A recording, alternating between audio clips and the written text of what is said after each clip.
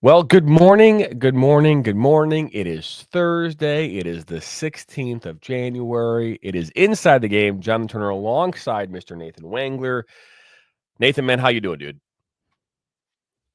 Good. It's interesting. We were chatting a lot yesterday about that list, that top 30 list of sports movies. I'm still incensed by the fact that The Sandlot was left off. Again, I don't think that any list is complete without having that movie on it. And we had a healthy conversation yesterday for the last 5 minutes of our show about why that is just egregious in my mind.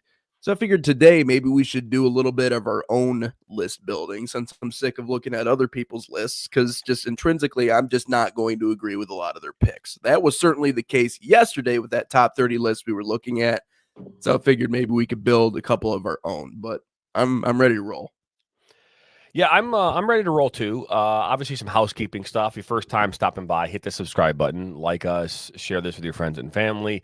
It's our daily dip into all things sports, not just soccer. Obviously, we are in a soccer network, and obviously, I have my soccer background. Nathan, you have your background, which, to be fair, is probably more in the sense of being a commentator, right? It's not like you've been around soccer your entire career or your entire childhood like I have. We dive into a lot of different conversations here that, to be fair, can apply to any sport and be really fair any aspect of life. And yesterday we did talk about the top movies, top sports movies of all time. We will get into like the top soccer movies. We will do something like that down the way. And I do think that we should probably create some kind of an opportunity for even our viewers as we continue to grow this, an opportunity to create their own list, and we could have maybe some fun with that. So, but good morning there, Peter. Happy Thursday to you as well, my friend. I mean, I am thirsty, but just for my coffee on this Thursday morning. But so my wife recently joined the company, Nathan, and she, for those of you who've been kind of following, me for the last number of years, we talk. I talk about my wife quite a bit. My wife comes from the restaurant industry. She's been, general manager of a number of restaurants here that are more of a national brands. And some of them more regional type brands as well. And she's been very successful at that. Great. Done a great job of building the brands in the local markets and really helping her stores be really the top in the top echelon of whatever company she was working for. And I came to her like mid-year last year. I was like, hey, we're gonna need some help. And she's like, okay, let's do this. So she, full disclosure, she came on board here on January the 1st, after leaving the company that she was with for about 2 or 3 years. And, she's helping us behind the scenes and doing a lot of the things that I spent a lot of time on over the last couple of years, and really going to help us kind of develop a lot of processes because that's really where her strengths are. And the reason I bring this up is Dan Stickrat, who is our director of news, especially here on the Michigan side. We're in the process of developing our national news side to what we do too. And Bianca was like, John, you're the president and you're the founder of this thing, right? And she's like, what is this thing? Like, what is it? If you were to go tell somebody what the National Soccer Network is, what would you say? And so the first question I'm going to ask is you, Nathan. When I ask you what is the National Soccer Network, what would you say? We're a broadcast network that is trying to do something that no other broadcast network in America is doing right now. And that's covering the sport of soccer specifically across the United States, everywhere from youth levels all the way up to the professional levels. And doing it all in a way that we can put together something that is of the same quality of what you would watch on ESPN or any of those other major networks.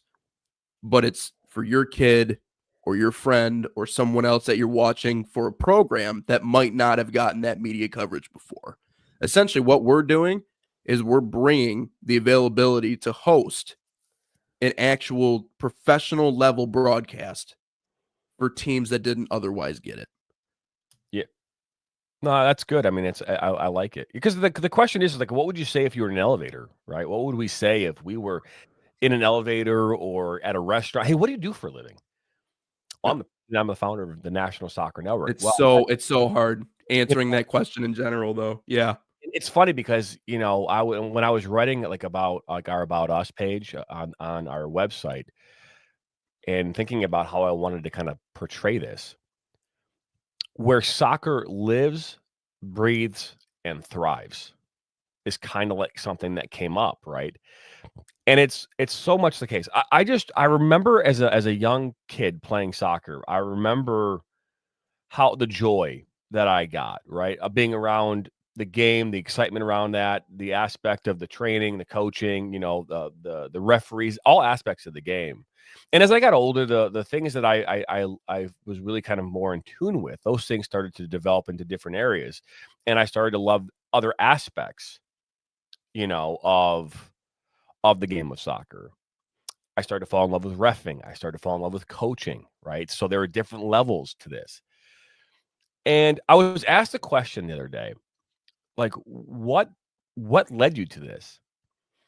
And to be fair, Nathan, when I look at where we were in May of 2021, when I grabbed my iMac, I grabbed, the tools that I had at that time to go out and do a game.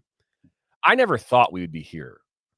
Like, that never came across my mind. It was never something that I was like, "Wow, this is day one. Let's go build a network and let's see what No, that was never like a mindset of mine. My mindset was just, "Okay, where do I find the internet?"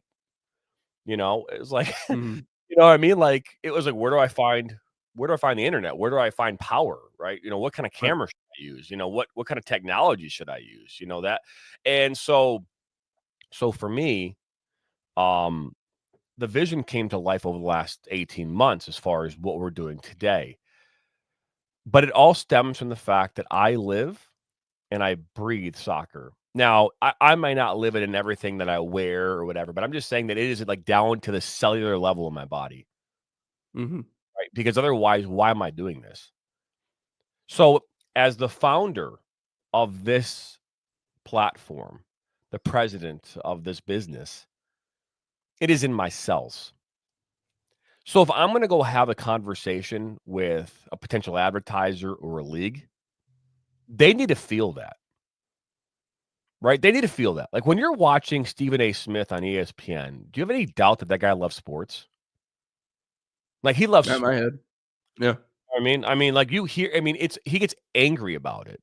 Like, do you have any doubt that Dan Orlovsky loves football? I don't. You know what I mean? There's no doubt. The way he talks about it, the way he articulates it, the way he discusses it, all those things, you just get a feel. I want people to know, if they know nothing else about me, is that my love for soccer is so far deeper than what you might think it could be that it's even hard to explain.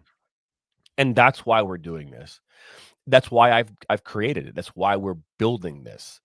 Because there's as much as we talk about soccer in this country and talk about what's being done on a national level, there's nothing that covers all aspects of the game from youth to professional that can allow players, parents, fans, referees, and all the alike to interact and get what they want out of it. Yeah. And that's really what I'm looking for. And that's what we're trying to do. Yeah. Peter actually put a comment in here. I work for an upcoming national soccer broadcasting company promoting my love of the game. That's what he would say. And Yeah. and that would be that'd be my answer. It's a great answer. And I Yeah. mean, hey, there's going to be some growing pains that go along with this, but I felt because we're going to have a conversation this morning about what we call our Mount Rushmore, right? And it could be, who would you put if you had Yeah. a choice, I guess, right? If you had a choice of who you'd put on Mount Rushmore, who would it be, right? Who would you Yeah. pick? And so like for so, and I think it's important that people understand like where I'm coming from on this journey, because I am asking, and we are reaching out to people who we want to have come into this world, right, to be a part of what we're doing. And I want them to know that this isn't just about like using us as a stepping stone to the next thing, right? Or to come in here and just work for us. We want you to love what you do.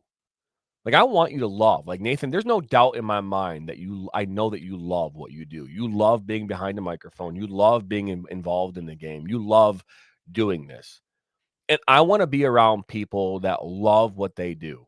And there are going to be a lot of people out there. And I'm sure that you're familiar with this too, because my parents are very much, they're baby boomers. So the way they look at things and the way they see things is different than that of the way I look at things, which is what you're doing doesn't make you any money. Why are you doing it? Yep. You're nuts. You should be working at a Mhm. place that can support you. You should be getting benefits and all these Benefits full all time. these things, right? That you're Yeah. supposed to do. Yep. Fuck that. Yeah. I just said it. I'm going to say that. Screw that. Here's the thing that Here's I think is the most Yep. important thing you can get from me this morning as I get off my soapbox here is that if you find something that you love and you put everything you have into it, it doesn't matter how much money you make, you will be fulfilled. Yep. And there is Yeah. not a day that goes by that I am not fulfilled. Does it Yeah. mean that I have millions of dollars in the bank? No, it does not. But I look at this and say, hey, well, at the other end of this, I will hopefully have millions of dollars in the bank, Yeah. and that would be great. But yeah, And so the toughest thing is this. We came from a generation, and you talked about the boomers, of people who did what either they thought they had to do or just did what they needed to do, not just to get by, but to do things the way that it was expected of them, right? Have a family, have a backyard, have a 401k, raise kids to be productive members of society, which, by the way, are all great things. But they came from a generation that was very disciplined in that way. And specifically, if you came from the Midwest, like there were just certain expectations of you. You know, we just come from a part of the country where you did what your father did, who did what his father did, who did what his father did. And it's just kind of one of those things. I just get my day job that I just left is exactly like that. It's going on generation number 4 of the same exact family. So in our area of the country, and again, this is the same, what we do, because it is so much performance based and it is so much what you put into it, you get out of it. And also the money doesn't come right away and there's no guarantees. You don't just get a degree and then you get a job in broadcasting and all of a sudden you're making $70,000 a year. That's not how this happens. And it's no. one of the hardest lessons I have to teach the younger kids who want to get into this. Like, okay, that's fine, but you got to realize some nights you're going to be eating a piece of bread with butter on it, because that's the only thing you can afford to eat, because the paychecks from calling games haven't come in quite yet. And you're already a year separated from college and your degree's sitting there and you're making X amount a month because you're out here grinding, calling high school games and NAIA games. Like it is a dog fight. So to that degree, if you don't love it, you're not going to stick around in it, period. You're not going to last. And you might be in for a little bit, and maybe you got talent, maybe you got some sort of abilities, maybe you got good contacts, whatever it is. If you don't have an undying love, whether it is for covering sports, more on my side, for you, for the love of soccer, but anything that you do, and especially in the world of sports, I always say this: ego is a good thing unless it's unchecked. If you don't have some level of ego or belief that you belong in this sphere, whether it be soccer, whether it be any other sport, you will not last. And I remember being told that when I was up in Traverse City. I was doing Northwoods League baseball, and the league would always send these report cards. And I remember, since I was so fresh to being a number one, I would just get torn apart on these report cards. And by the way, these were from people that have never worn a headset in their life, right? So that's the hardest thing, is that you have people critiquing you and tearing you down, but they don't know what it's like to live this life. And I remember being upset about it. And I told Dan Hasty, my broadcast partner at the Whitecaps, and he told me the same thing. He goes, listen, if you don't own your slot, someone's going to tear you down and you're not going to last very long. That's the truth of the matter. The love has to be constant. And I'll say I'm fulfilled too. That doesn't mean I'm not frustrated. That doesn't mean it's not a grind or I don't get burnt out or I'm not tired. You know, that I literally have to set aside weeks or weekends sometimes in order to not do anything sports related, log everything I need to, and then step away from it because I know that I'm starting to get to that point to where I'm a little burnt. That happens, but the love really has to be undying. The last thing I'll say about this before we get into our Mount Rushmore, because I think that's going to be a really good conversation. The lower levels have such an appreciation for what we do. And there's something really to love about that. I get frustrated sometimes because I'm 28 years old now. I've been at this really since I was 17 years old. I was a sideline reporter in high school. And then Central Michigan, Cornerstone, everything. What's up, Michael? A lot of people joining in the chat today. Yeah, but opening up the doors and see people seem to start flocking in. I know, I love it, man. But anyways, to make a long story short, I've been at this for about a decade. I've been fighting tooth and nail to get the opportunity to do games at a higher level, Division I games. You know, I do obviously baseball at a pro level. I've done some soccer stuff with you and Columbus and whatnot. So I've been there. But here's the thing about the lower levels in youth sports and, you know, teams that don't necessarily get that coverage. When you're at a place, let's say Michigan State. You know, I was chatting with Dalton Shetler yesterday, who does their women's basketball games, and he does some football pregame and postgame. There's an expectation. Okay. When you go and cover those games, you're going to have a broadcast. It better sound good. The guy who's doing play-by-play better sound polished. And it's not that people don't appreciate it, but there's an expectation, right? You're at Michigan State or Michigan or any of these other schools, right? The product better be there and it better be good. But when I go cover a Cornerstone game or when I go cover youth games or high school games, it is amazing to me when you put in that little extra effort to know that little extra bit about that kid, or you interview the coach, or you really immerse yourself in these teams, or you do everything you can just to give them that quality coverage that they wouldn't normally get. And then you add in good talent and good production and all of these other things. It is fascinating how quickly you can make a group of friends out of whatever team that is, whether it be parents, whether it be the athletes themselves. You know, the small school that I broadcast basketball for, I feel like I'm best friends with everybody on the team and everybody in the stands. And I realize it's a school of like 2,000 kids. So obviously there's not as many people, but their level of appreciation for what you do at those lower levels is immediate, and you hear it a lot. So the other thing, JT, is I love working for people, and it's regardless of level. I love working for people that take care of me, and I love working for people because I consider the people that are listening to my broadcasts to be individuals that I work for. I like working for individuals that appreciate me on the other side too. And I realize it takes a couple of years to develop that relationship. But when you talk about the kids coming up, high school, clubs, all that other stuff, they love and appreciate. And of course, there are people that are going to critique and, you know, you're saying my kid's name wrong and this, that, and the other thing. But for the most part, they eat it up because they don't see that all the time. So I think that's the real difference. If you want to talk about what makes us different than a lot of other places, it's the fact that our focus is on where the game is born, where it starts. And that's what we want to do. We want to give these kids more exposure, and we want to provide the people that love them and want to see them play an ability to see that. You know, and it's kind of sad to me that we haven't had this technology to this point yet in my life, because I wish I would have had this back in middle school. You know, I'm sure I would have had family members watching me play football or whatever other sport it is. So that's where it really all starts for me. And the appreciation is far higher than what it is sometimes at the higher levels. Yeah, no, and I don't, I think everything you're saying there is spot on. And we're going to dive into our conversation here about our Mount Rushmore here in just a moment. You know, we know that the appreciation level for us, especially at the lower levels, has always been strong, right? And to be fair, our biggest challenge is there's a lack of understanding of what it takes for us to pull these games off, and a lack of understanding of not just pulling them off, but what we need in order to be effective, right? And that's the biggest challenge, because to this point, it's been an untapped market, right?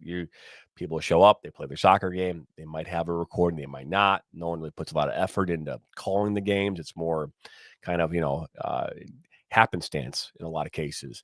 When I deal with coaches and we're trying to interview them after a game or interviewing them for a story, they're like, I need a couple of days. I go, well, if this was any other sport, this was football, if this was basketball, Right. it was you'd be like, there'd be 10 reporters deep asking you questions in the locker room, Mm-hmm. So let's not treat it like that, right? I treat it like where, I need days to do this. No, let's treat it like this is an important thing. Let's get it out to the people as quickly as we possibly can. Yeah. And that's going to Media be training. it's going to be a behavior. We have to change the way that the game Yeah. is looked at these levels, so that they can understand, like, hey, there's not an outlet, there's now a place for me to do this. So that's going to be our biggest challenge. But let's dive into this topic. First off, if you're first time listening, hit that subscribe button, like us, share this with your friends and family. We are live right now on Facebook, Twitter, Roku, and YouTube. And if you are listening to this show after the fact, you can you're listening to it on our audio only platforms and Spotify and Apple Podcasts. So check it out there, or anywhere else that you listen to your podcasts. But what do we got here this morning? Mount Rushmore. Are you going to start? I can start. Yeah, so we chatted about this yesterday. Obviously, we did the movie list yesterday. We're going to build some of our own lists today. Obviously, Mount Rushmore's 4 heads. I said we could work in an honorable mention too. This isn't necessarily a 1 through 4. We're not ranking these, but definitely put my top 4 in here. So I was talking about broadcasters a little bit earlier, but we kind of pivoted to athletes. Talk about commentators later if we want to. I got a good list there. I can definitely start. I want to see your fancy little artwork you put together too. We were chatting about that a little bit earlier. You ready for number 1 on my list? I am. I told you, I had you guess a little bit earlier because he is originally born in Grand Rapids, Michigan. You said Derek Jeter, which I thought was good. It's Metro GR, is the west side of the state. Not Jeter. Could have been a good selection. Oddly enough, I don't have any baseball players on this list, despite, obviously being a baseball guy. Number 1 on my list of my Mount Rushmore, Floyd Mayweather Jr. Wow. You got to understand, he's been knocked down once, temporarily in his entire career. He is not arguably. I realize Muhammad Ali had the whole float like a butterfly, sting like a bee. And in terms of socioeconomic impact and impact on the psyche of the public and politics and all that other stuff, Ali's the greatest. Don't get me wrong. But Muhammad Ali, or rather Floyd Mayweather Jr., had an MO when it came to boxing, which was not only defense wins, but defense saves lives. We talk about CTE, and we see a lot of these old, football players and retired boxers that have just kind of lost their minds because of the damage that they've taken. And Floyd's still somewhat young, so we'll see if that ends up happening. But his whole MO is, if you can't touch me, you can't beat me. You can't box a ghost, Jonathan Turner. Well, and that's what being in the, well, you probably could, but you're not going to win. but I mean, my house is like built in 1910, so I'm still trying to figure out if this place is haunted. But either way, I could be Casper the Ghost. I feel like I could.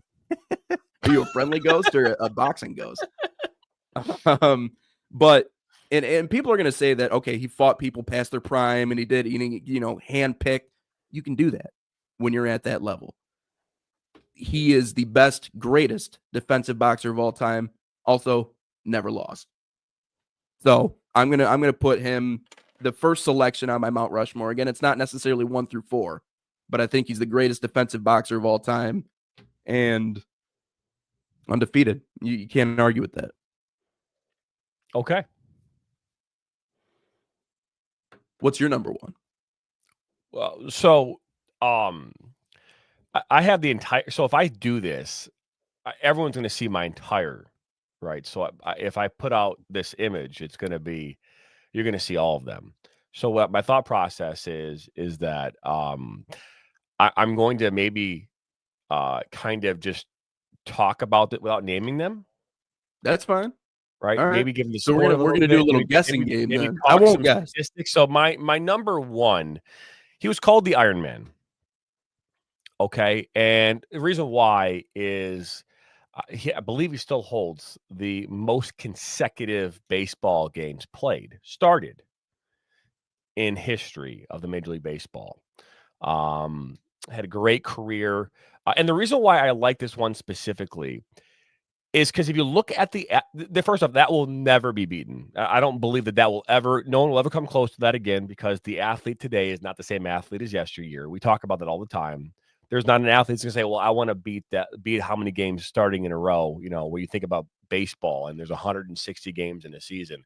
I don't think there's anyone even close to coming to that right now. And Nathan, you're more involved in baseball than I am, so maybe you might have an answer to that. But this person, it just personifies the type of grittiness and toughness that one would need just in order to accomplish that, right? And that's why for me, like right there. Now, there's not like an order to this. It's not like he's number one, whatever, number four. But I look at that and say that is one record that I believe you'll never be able to beat that ever. Well, and so back then, it's so interesting looking at baseball in yesteryear because medicine today has just gotten to the point to where we just kind of understand almost too much about the human body. We can measure everything. If there's anything that's going on, I mean, the amount of effort you're putting out, how tired you are, what parts of your body need work, what's wear and tear, all that other stuff. I think the biggest thing now is that franchises, because of the money aspect of the game, there's so much of an emphasis on protecting your assets, which means protecting your best players in order to make sure that they don't get hurt. I mean, signing bonuses today are $8 million if you're picked in the top 3. Like, I don't even think contracts were that big back then. So with medicine and money and everything else like that, I think organizations, and that's why you see stuff like load management and all this other stuff. So, back then there wasn't as much of that. And also the general player too, you're right, was I think in my mind just not only tougher, but they were just going out to play. I mean, it wasn't as much the concern about how long can we get out of you. We got to make sure that we navigate this, tripled, 7, 8, digit contract the right way. So I think in a good way for the athlete in one way or another, it's gotten better, the fact that they allow them off time and to be able to recover their bodies, because it's a lot, especially when you talk about baseball and 160 games in a season. That's a ton. Even at the minor leagues, 132. But I know who the Iron Man is. We'll see if the other people in the comment section know, but try not to blow his cover too quick. No worries. Won't worry. Number 2 on my list. Someone that is not from Michigan, but actually trained at the University of Michigan. Didn't go there. That's Michael Phelps. 28 medals. 23 gold medals. By the way, that's twice as much as his nearest rival. We used to, I remember when the Summer Olympics came around, when Michael Phelps was swimming, you got to be special for an entire family to reschedule their entire day in order just to have the opportunity to watch you in the pool.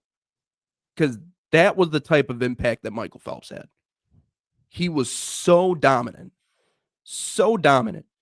that people would go out of their way to make sure that they were in front of the TV screen to watch Michael Phelps. I can't remember in my life a single individual athlete that's had that kind of impact on people. Floyd Mayweather might be one, obviously, with his fights against Manny Pacquiao and Conor McGregor and all that other stuff. And a few of the others on this list would certainly qualify, especially the other two I'm about to list, even the third, the honorable mention. But Michael Phelps, in terms of dominance, if this was a dominant list, would also be in my top 5 as well. And the fascinating thing is he didn't even like swimming. You want to know what he wanted to do professionally? I don't know. What do you want to do? He wanted to play soccer. Boom. There you go. I had a feeling that was going to be soccer player. Well, there you go. Yeah, he got offers to go to college and do all that other stuff, but he was so naturally gifted in the pool. He realized he had a talent, so he's going to make it work, right? And to a lot of people out there that sometimes they have talents, but they don't really enjoy doing it, if you're good enough at something, you better just go out and make it work, because you're not only going to set up yourself, but everybody else in your life. So Michael Phelps, who was part fish, in my opinion, realized how good he was, went out, dominated, and now he's arguably, I mean, Katie Ledecky is going to end up being probably the most dominant swimmer of all time, but it's Michael Phelps was someone that literally Americans would rearrange their whole life just to watch live. It was spectacular to watch. I was happy I got to live through that. That's no, it's another good one for sure. My next one is someone that growing up, I remember very vividly watching on the telly. And this person is a female, and I think it's important that I acknowledge that aspect of this. The only one that's on my list transcended the game of soccer here in the United States. Was arguably the best female soccer player in the world during her time. Currently is third all time in international goals with 158. Right.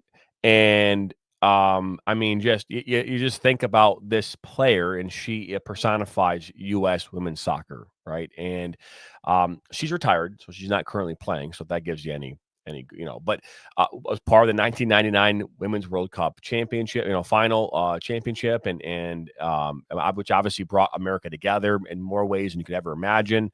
And again, she is someone that has, especially for the female game and women's soccer in general, it's done so much for the sport. And there's other players that I could argue that with social media and things like that might have done more is in the sense of maybe outreach, or and maybe even statistically are maybe and technically maybe better players today than she was back then. But without her playing during that time, I don't know if women's soccer is where it is today without her being right there at the forefront. So, well, obviously, I'll mention her name when I show the picture. So, do you have an idea who I'm talking about? I do. I have a couple of ideas. I mean, I know the team, so I'm just trying to figure out which one on that list that you're picking. I think I understand which one it is, but yeah, that was a great time. Well, and to see us win gold in soccer was outstanding. You're gonna find out, Peter. By the way, you're gonna find out. So just hold your horses. But stepping it up in the game of soccer on the world stage, on the women's side, now it's just up to our men's side. And again, we've had a lot of different talks about that, and it's going to be really hard to do because of the way the world works and how far we're behind. But that's the next step for the United States. We've done it and won. We've did that. We won it in rugby during the Olympics, which we hadn't done in 100 years. I don't think they've ever won a medal.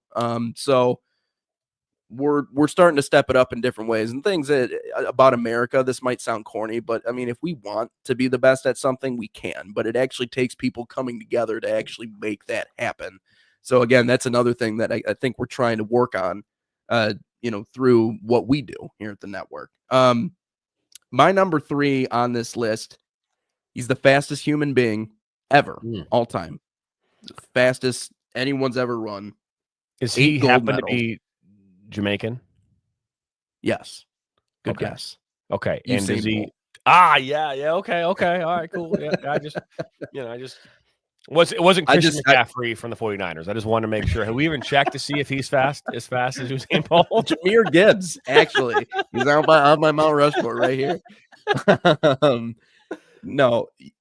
When you're looking for the cameras, well, he already knew where the cameras were, so you didn't have to worry about that. He's been through this once or twice. When you know where the cameras are before you even cross the line, and you're already striking a pose before you even get there against, mind you, the fastest human beings on the planet, and you are beating them by multiple body lengths. you probably deserve to be on this list. 8 gold medals. I was looking at some of the statistics of exactly how fast he ran. So it was 27.79 miles an hour. That's it? For a car, that's pretty slow. That's a 20. Wow. That's about how fast my car can go before it falls apart. Do you think he but no. runs down the road like in The Rookie, where he was throwing balls at Dennis Quaid's throwing pitches towards the radar right on the side of the road? Do you think Usain Bolt's running down the road and just probably someone's clocking him? And the thing is he's probably speeding somewhere. There's somewhere where the speed mile, it's like 12 miles an hour, and he's school going zone. You are too fast. The fact that you could get a ticket while running, that's what we're talking about with Usain Bolt. So, yeah, single-handedly the most dominant sprinter of all time. And the truth is like he had this kind of this swagger and this knowledge and this understanding and this big smile. He knew he was the best. And there was never really a race where there were some close ones, and he's been challenged a couple of Americans, but there was never really any race where there was any chance of actually beating him. He glided. He didn't even run. He glided. So Usain Bolt has to be, in my mind, on that Mount Rushmore, because it's amazing what he accomplished. Yeah. No, I mean, it makes sense. And it's cool. The nice thing too is that we're kind of getting different sports, right? We're talking about boxing, swimming. I've talked soccer, baseball. You've got track and field or running, right? So, again, I think that I got another one. The next one, and you still got another one. So, this next person for me is a staple here in Detroit. And I actually I have a story about this individual, which is kind of cool. I don't know if I've ever told you this story before, but back when I was in college, I was bartending, and I bartended at a place called Dave and Buster's, well known across the country. And I was bartender. And what we did is on Friday and Saturday nights, when you finish your shift, we usually get down at like 2:00 in the morning. Where would we all go? We all go to someone's house, and we'd all play euchre. And just drink and eat and just kind of, enjoy each other's company after a long shift. And I was at this friend's house, this coworker's house. We were playing euchre. And there's quite a few people there. It was like right around this time of the year too. It was cold. It was winter. So I go to sit down on a couch, and right next to me is this person. I'm not kidding you. It was like, and the first thing I look at him, I go, are you who I think you are? And in my brain, I'm like, it's connecting, because, be fair, the person's watching TV. They're actually playing like a video game, and it happens to be, a Detroit Lions, like video. They're playing like Madden or whatever. And so literally, this person's sitting on the couch next to me. I'm shoulder to shoulder with this person, and I'm like, what in the hell are you doing at this party? I mean, of all parties, this isn't like we're at some like fancy auto show. Whatever, soiree. This is like literally the, blue collar, we just got done at 3:00 in the morning, waiting tables, slosh. Anyways, this person still, by the way, is 4th on the NFL's all-time rushing yard, 15,269. Only played 10 seasons. Obviously, his departure from the Lions was very controversial at the time. He's not the only athlete on the Lions to make a controversial exit their career, right? And but this specific player is unbelievable. I mean, when you start talking about just the amazing things that he was able to do on the field while wearing a Detroit Lions jersey, he's in the NFL Hall of Fame. And again, just really special player. So yeah. Okay, I realize you're going to reveal your list later. I got to write down the question I have in front of me so I can make sure to circle back and ask it, because I know who this is. I don't really need any prompting to ask who this is. And I can't believe you accidentally ran into this individual. But anyways, I didn't even accidentally running into him. It was more like, hey, what in the F are you doing here? At a house party. I'm going to grill you later on that one. I got some questions. No. So my other one, I'll just quick little detour here before I give you my number 4. I guess another honorable mention. Same story. Well, not the same story. I was at the West Michigan Whitecaps, and this was before I was on TV or radio. I wanted to get some practice reps. So typically what we do is we'll find an empty suite, right? Set up our stuff, call whatever. At least that's what I was doing before I was on air. And so I was, walking around, and on our team, we had a Clemens. Cody Clemens was playing for us for the West Michigan Whitecaps, obviously son of the Rocket, Roger Clemens, who will not be in the Hall of Fame, obviously, because, people thought he was on the juice. I'm not going to talk about that, but one of the greatest pitchers ever, and the Rocket. And I remember walking into an empty suite, and there's this large individual standing in front of the window watching the game. And typically, you don't just see one person in a suite. It's a family, it's a group, there's catered stuff, like there's kids running all over. So I'm like, I immediately think this is a scout. So I'm like, are you a scout? He turns around, it's Roger Clemens. And he reaches his hand out and he's like, "Hi, I'm Roger." And I'm like, you don't have to introduce yourself. I know who you are. But the look on his face was really entertaining because I think he actually genuinely enjoyed the fact that someone didn't know who he was right away. I think that actually kind of got to him a little bit. He's like, "Oh, hey, I'm Roger." Normally people know when they see my, big butt walking down the street, they know exactly who I am. But they just sat there for a half inning and watched baseball with Roger Clemens. Not too bad of a night on this side. So I'd like to say he knows who I am. I don't know if he'd know me now if he saw me, but at least for that little bit of time, me and Roger watching baseball together. What a time. That's cool. Number 4. What's that? So that's cool. It's not too bad. It's pretty cool. This is surreal.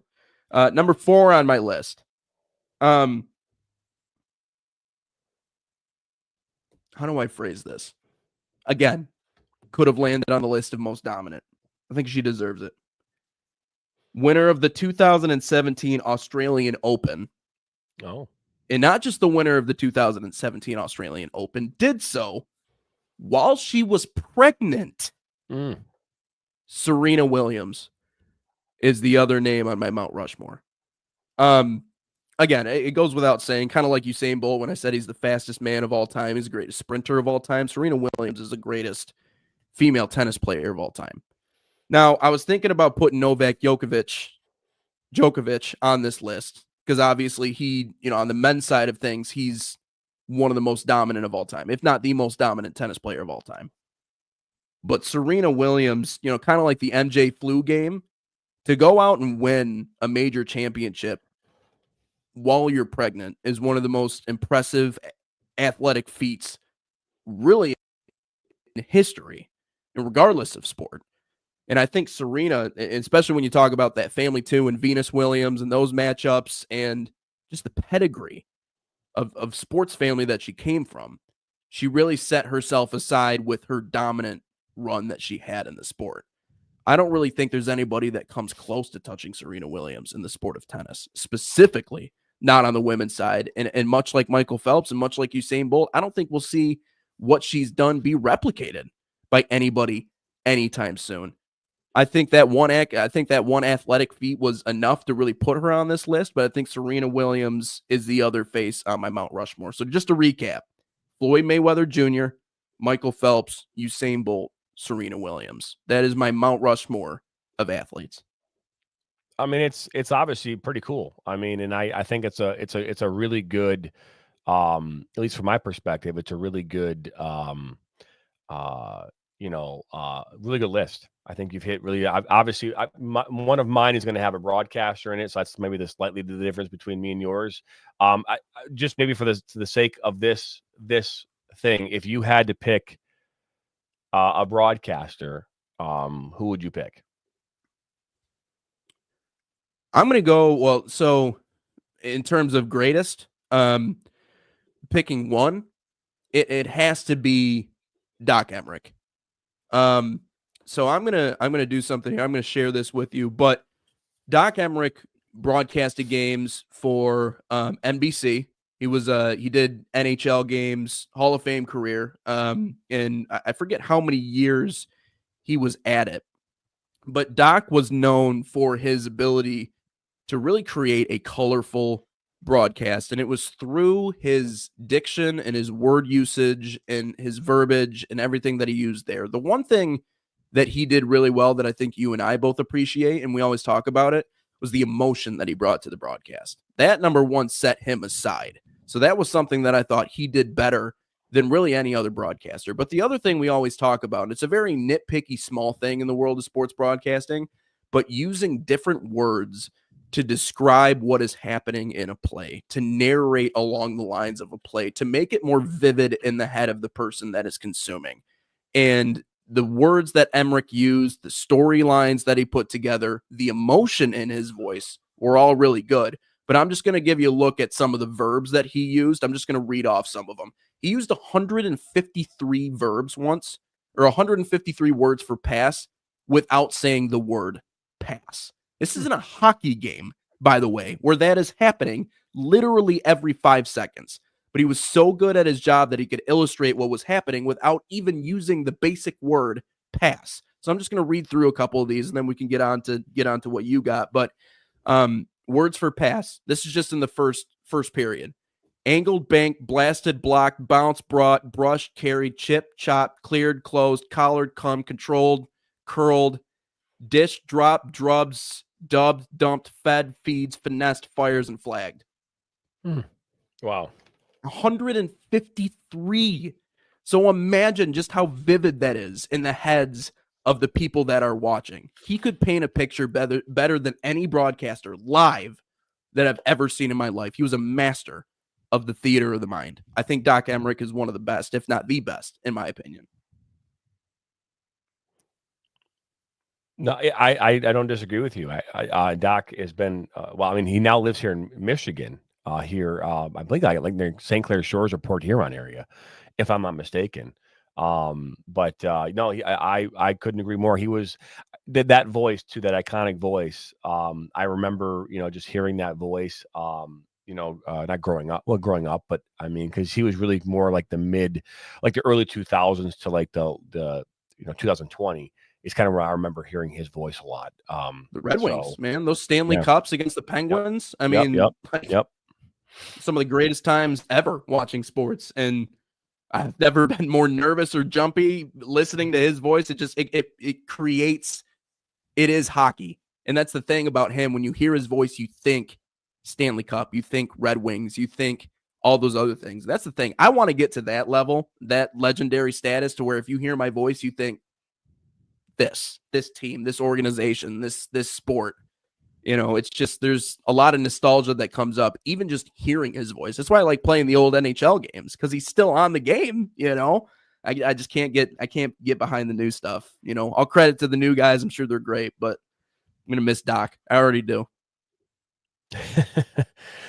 So this next person, again, I'm not going to say their name until I post this up. This next person is a broadcaster for me. And again, I was not born quite yet when this person was most famously known for this call. We talked about it yesterday during our all-time top movies, sports movies of all time. And when you think of this call, you think of miracles. And again, when you think about the list and the people I've talked about, changing the game, right, transcending time, there's nothing greater in my eyes in American sports history than this call. During that time in this country, during all the things that were going on, the chaos and everything, the unknown of what was going to happen with the Olympics and all of that, this person was able to take that call and and you think about it, right? I mean, we even talked about a little bit, if we didn't talk about it yesterday, we did talk about how going into preparing for a moment, any broadcaster could argue that there's no way on God's green earth that they are prepared for that potential outcome in that moment. And, and clearly very well prepared, right? That's why, and he's been doing this for such a long time. He's still doing it. But I hear those words and it gives me chills. And it's the way he delivered it too. And it's so simple, straightforward, to the point. And then my best part about that, so do you believe in miracles? Right? Do you believe in miracles? Yes. We just had a miracle in front of us. But I made a video about this on my TikTok page, and it actually did really well. I talked about the power of silence and how important that is in sports broadcasting. Yeah, I'm in a Chicago company. Very cool. It's his ability after he says that, he stops. It's almost as if he takes his headset off, or he turns off the headset, or he does something else. And all you see from that point on, the fans losing their minds, the American flags all over the place, this group of college kids dogpiling and hugging and crying, the Soviet Union guys all kneeled down at center ice watching the celebration, really amazed that this could ever possibly happen to their team, especially against a group of American kids who came from Minnesota and Wisconsin for the most part. His ability to even know in that moment, which is he realized, I'm sure in that moment, that this is going to change everything for his career, for the United States, for USA Hockey, which we're one of the best hockey playing countries in the world now. And you have to think that moments like that is one of the reasons why we got there. With all that going on, to not scream and squeal and keep talking and not shut up, for him to have the professionalism at that age to go, you know what?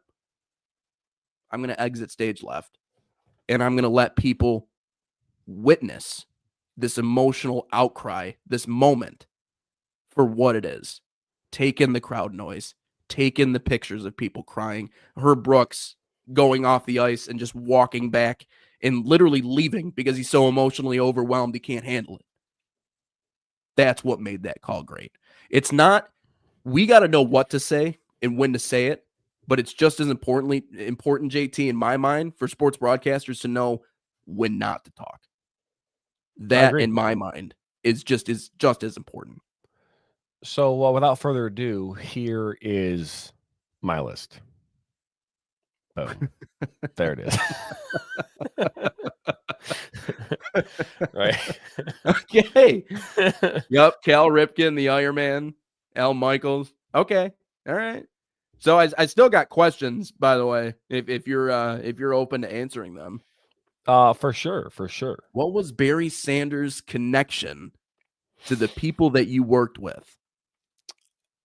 I think for the sake of Barry Sanders, I'm not going to, because I did ask that question, like, what are you doing here? He was there at the time with a friend the friend that he brought, that basically brought him kind of to the party. And I wouldn't even call it a party, right? It was just a gathering of people who were, hanging out, right? I mean, and my dumbass, right? And I'll say that because that's what it was. As soon as the shock of this person sitting next to me, again, he had just retired too. This wasn't like he was still playing. He was no longer playing at this point in time. I want to say he retired in, I'm not even sure what year he retired. I'd have to look and see. But either way, he was retired. And so, okay, what are you doing here? And I'm here with so-and-so. Okay, cool. And then the next question was, bro, why'd you retire? And then that was when he got up and it was nice meeting you. And off he went. He didn't want to answer that question. Obviously, if I'd played it cooler, I could have been like, dude, what, but I asked that. I went right there. I went right there, I should have asked Roger Clemens why he took steroids the first time I met him, but I didn't quite get to that conversation, unfortunately. He did retire in 1999, by the way. So it was right before they moved into Ford Field. But it just caught me by surprise. I mean, you're not thinking about, again, you might go to a fancy party where, the expectation might be, people have paid, for plates, to play the dinners, and maybe you're going to see some famous people there. Right. You go down to if you're walking down Rodeo Drive in Hollywood, Beverly Hills or whatever, you're going to possibly see people, right? I was at Gibson's here last week in Chicago, and there's a chance that when you're at Gibson's in Chicago, you might run into somebody famous. It's a famous hangout. You don't expect to run into a famous person or a celebrity for that matter, especially an iconic one like Barry Sanders, at a after party or after hours work hangout gathering where people are playing euchre and Right. drinking beer in a rented home that happens to be 3 roommates, all hanging. You just don't expect that to be the case. And then Right. his answer to me, which is why he was there, which was even again, I'm not going to go into detail about that because I feel like that's not my story to tell. But it's just like, okay, now it makes sense why he's here, right? So it's Right. like, but Well, so and it's interesting because you realize that they're just normal people at the end of the day too. Like when you do meet them in person, like I guess I'm fortunate in that way. I'm not really the starstruck kind. I don't really get that feeling when I meet other people, and not from a perspective of, oh, they're just another human being. Like it's cool that I'm meeting them, but I just don't necessarily get that. But you realize when you meet these people, oh, they're just normal people. I mean, like we're just, I can't tell you how many Tigers greats have come through the locker room in West Michigan, and I'm just kind of sitting there, shooting the breeze with them, talking, hanging out, and it's like, well, you're just a normal dude. A lot of people would worship you. I'm sure worship you, have pictures and memorabilia and signed stuff, and I'm sure that they would probably faint if they were to be in front of you right now. But it's just at the end of the day, just normal dudes. They just played a sport. They had a different talent than you and I, and it just so happened to be one that was really, really popular, and they made a living out of it. So, but they appreciate just being treated like normal people, really, at the end of the day. it's funny. So thank goodness that you didn't say Joe Buck. Now, here's the Joe thing Buck is still great. I'm going to hear the thing I'm going to say about Joe Buck. The reason why I think people don't like Joe Buck as much as some of the iconic ones like Howard Cosell, but to be fair, Howard Cosell was like basically drunk for every one of his broadcasts. I mean, so that's if we really look at the time period, Pat Summerall was known for Harry being Carey. drunk, right? These guys were known for drinking on the air. I don't think Al Michaels has ever been known for drinking on the air, but either way, Joe Buck is someone that I think gets a bad rap, and it's probably because he's someone that grew up around a sports broadcasting dad, and obviously, so I feel like he has kind of coming in. It's almost like Kenny Albert, right? Marv Albert. Now there's Kenny Albert, right? You've got these people who have kind of like they're almost Noah like Eagle, huh? Noah Eagle.